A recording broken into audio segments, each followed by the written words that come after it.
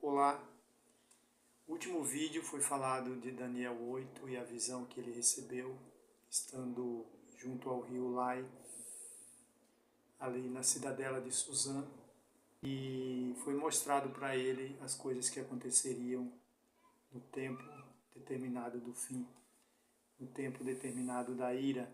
Daniel viu um carneiro com 2 chifres e viu um bode peludo. Então ele ouviu uma ordem que foi dada a Gabriel, que desse a entender que esse carneiro com 2 chifres representava o reino da Média e da Pérsia, que é o Irã e o Iraque, e o bode peludo com o chifre notável, que é o rei da Grécia, o rei do Ocidente.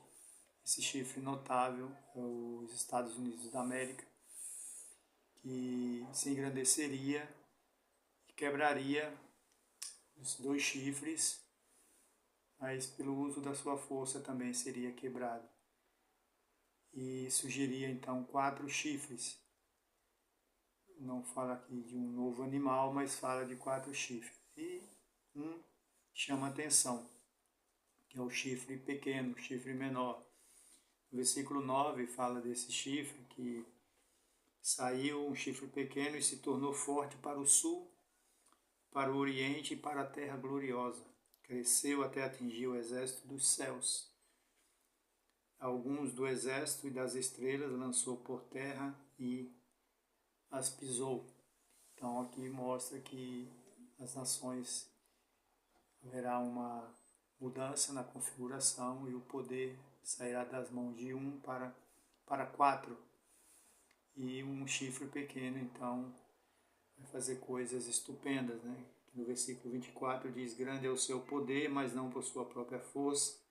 Causará estupendas destruições, prosperará e fará o que lhe aprouver. Destruirá os poderosos e o povo santo. Por sua astúcia nos seus empreendimentos, fará prosperar o engano. No seu coração se engrandecerá e destruirá a muitos que vivem despreocupadamente. Levantar-se-á contra o príncipe dos príncipes, mas será quebrado sem esforço de mãos humanas. Então aqui fala dessa mudança, né? A gente poderia falar em mais detalhes sobre esses aspectos aí, sobre essas mudanças que vai haver, mas quero falar sobre a questão do tempo, né? O tempo que é determinado para cada nação que governa. E desde o reino da Babilônia, que já era dessa maneira, né? Foi dado o governo das nações para a Babilônia, mas teve o tempo determinado para isso.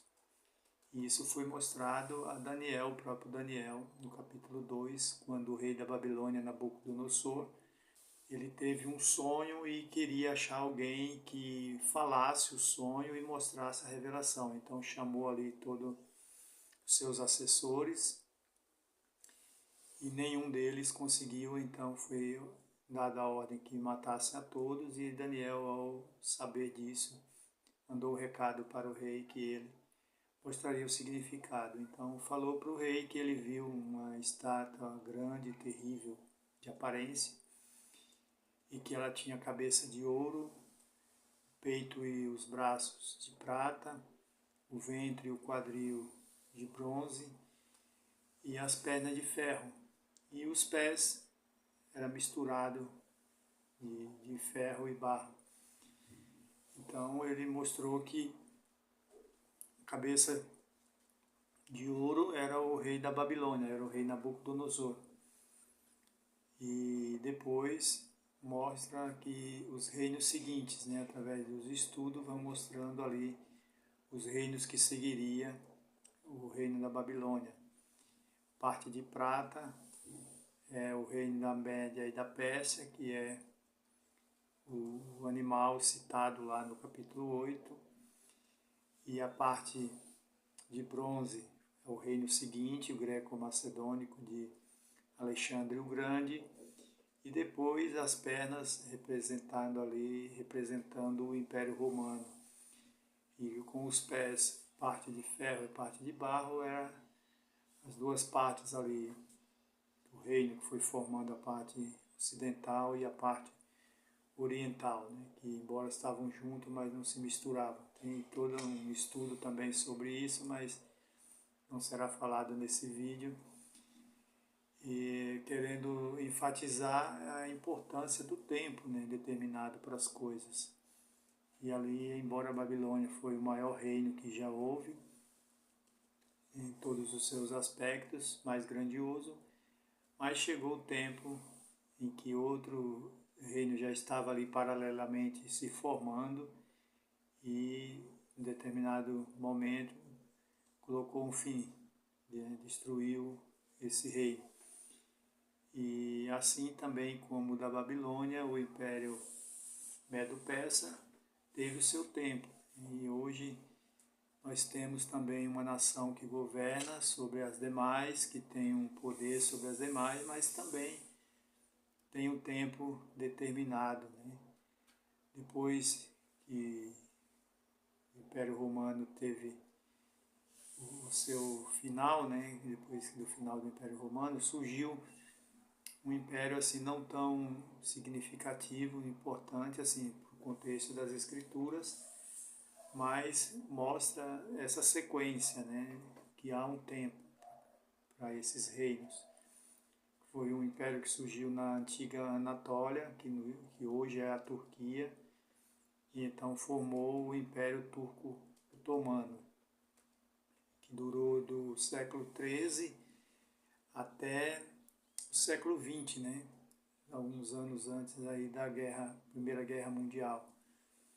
É interessante, né, que sempre há conflitos envolvidos, né, porque há essa demarcação aí, como foi falado no vídeo anterior, né, da característica do animal, que faz as suas demarcações, demarca ali os seus interesses, e depois ninguém quer abrir mão, né, reconhecer por consciência que chegou o tempo do seu fim, que precisa passar adiante, né. Então, sempre há conflitos envolvidos e houve então a Primeira Guerra Mundial que colocou um fim no Império Turco-Otomano, principalmente com a influência europeia, né, dos dois países, a Áustria e a Hungria, que formou também um pequeno império, né, e já pressionava o fim, o desgaste do Império Turco-Otomano. Com o tempo, esses reinos vão sendo desgastados por várias coisas que a gente verifica assim, nos fatos históricos, né, o enfraquecimento dessas nações. E aí, então, o Império Turco-Otomano já estava enfraquecido, e aí, através, principalmente, da Áustria e da Hungria, que formou um pequeno império